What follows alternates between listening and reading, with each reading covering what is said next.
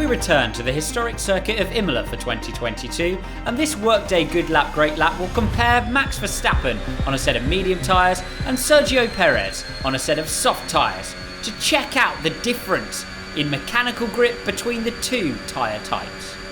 Perez has a lot more compliance as he heads down towards turn number 1, confident on the brakes and happy to use this little bit of outside curb to open the corner. Perhaps overconfident though, as he finds himself a little bit wide through the exit of turn 2, the middle of Tamburello. Verstappen is in a slightly better position and is able to put the throttle on a little harder, certainly gaining as well on the exit from the car ahead of him in terms of a tow down to the Villeneuve chicane.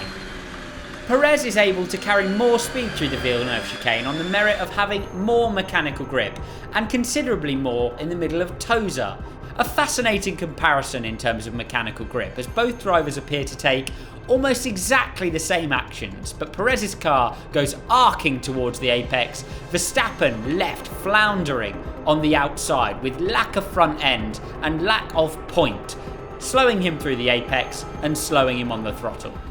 Here's a graph to show the difference in straight line speeds between Max Verstappen and Sergio Perez on the front straight and on the run up to Piratella, in favour of Verstappen with the lines diverging on the front straight, in favour of Perez with the lines diverging on the way to Piratella. This is indicative of two identical cars deploying their energy differently to try to manage the two different tyres. Verstappen deploying early to try to get his medium tyres warmed up, Perez deploying on the way to Piratella as it's a heavy uphill and is potentially the optimum area for that energy deployment to take place. That shows the two different straight line speeds are actually driven by the two different tyre types as they head towards Piratella, where Perez will have a bit more mechanical grip and a bit more compliance on the exit curb, Verstappen having to wait on the throttle as the curb pushes the car around through the stiffer medium tyre.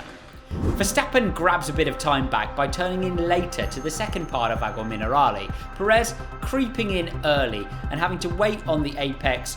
losing himself a little bit of apex speed as they head down towards Variante Alta. Verstappen clearly gaining as well from a tow down to Variante Alta, goes charging in, both absolutely hammering the curb. Verstappen though will lack direction change on that medium and be pushed wide, way over the curb, whereas Perez has lovely direction change and is able to put the throttle on, driving the car out of the corner and down towards the two final corners at Ravazza.